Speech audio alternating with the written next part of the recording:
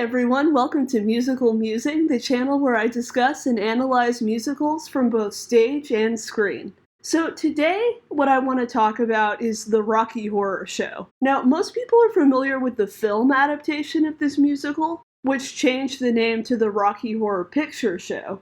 But before it was a film, the Rocky Horror Show started as a stage play in 1973 on the West End. There are some notable differences between the stage play and the film adaptation, and to be honest, I actually prefer the stage play. The plot is a lot more coherent, and the original cast recording is, in my opinion, much better than the film soundtrack.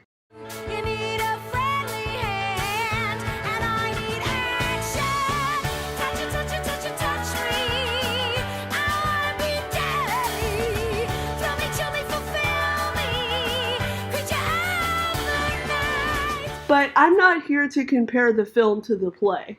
Today, the question I really want to answer is, why did Rocky Horror become such a huge cult phenomenon?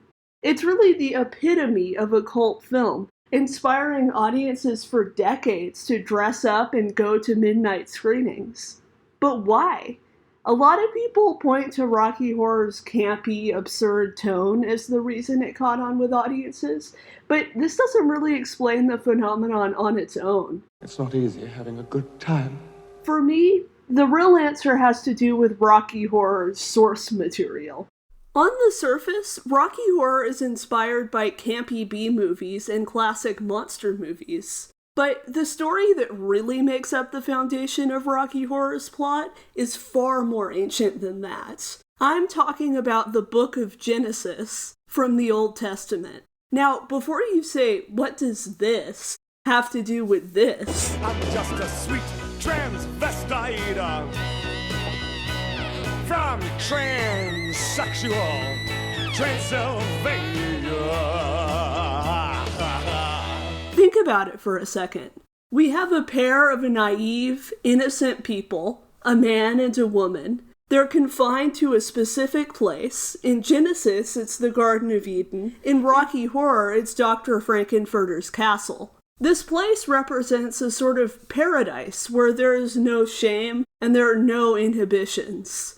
The pair of people are tempted into eating forbidden fruit. In Rocky Horror, this is represented by sex, rather than literal fruit, but it's still directly referred to as forbidden fruit by the narrator. Brad and Janet had both tasted forbidden fruit.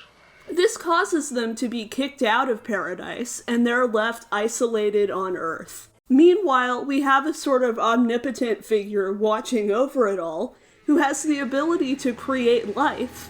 Throw open the switches on the sonic oscillator. And punishes his creations when they break the rules. The analogy of Frank as God is specifically referenced when Frank jumps into a swimming pool with Michelangelo's creation of Adam at the bottom. Now, this isn't to say it's a one-to-one comparison. For instance, the main couple, Brad and Janet, are a pretty clear analog for Adam and Eve. But in many ways, Rocky is a more direct analog for Adam. Dr. Frankenfurter creates him from scratch, and Janet really shares the forbidden fruit with Rocky by sleeping with him, not Brad. The parallel also breaks down a bit with Frankenfurter. He's definitely an analog for God. He's the ruler and he can create life. But he's also the serpent in the garden. Swim the warm waters of sins of the flesh. I mean, at one point, Frank is literally called a snake of a guy.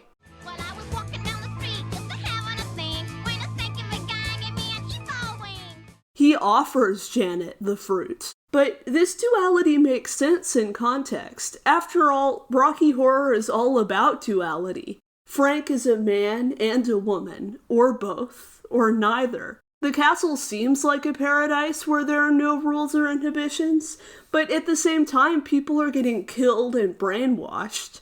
When Brad and Janet are left alone at the end, It seems like they've escaped, much like the heroes at the end of one of the old monster movies Rocky Horror draws so much inspiration from.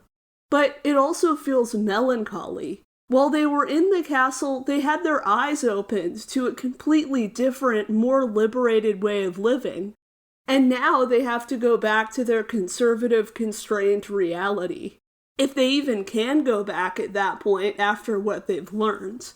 So this brings us back to the initial question. Why did Rocky Horror become such a cult phenomenon?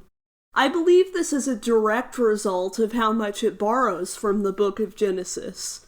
In Western culture, biblical stories are ubiquitous and are familiar to nearly everyone, even people that are not religious.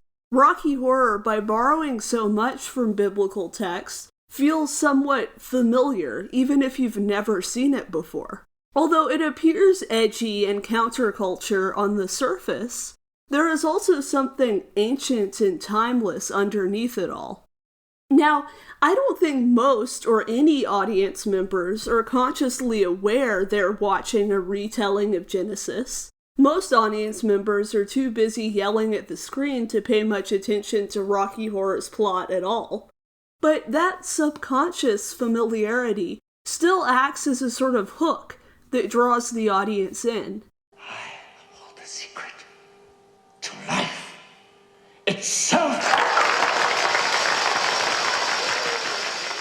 Just as biblical stories can inspire religious devotion in people, Rocky Horror uses the same formula to do this itself. This is especially interesting because Rocky Horror is not aimed at a religious audience. In fact, you could argue the exact opposite. It's aimed at rebels and misfits, and more specifically, it's aimed at the queer community. Don't get strung out by the way I look. Don't judge a book by its cover. I'm not much of a man. The people who gravitate towards Rocky Horror are those who often feel alienated or even outright oppressed by modern organized Christianity. Richard O'Brien, who created Rocky Horror, actually identifies as genderqueer or transgender, and used Rocky Horror as a way to explore his frustrations with gender roles and conventions. This is where I think Rocky Horror is really brilliantly subversive. It uses the appeal and magnetism of biblical stories, and it attempts to reclaim those stories for the queer community and other marginalized groups. It borrows themes from the Bible, a text which has so often been used to condemn the queer community, and it manages to create a sort of religion of its own.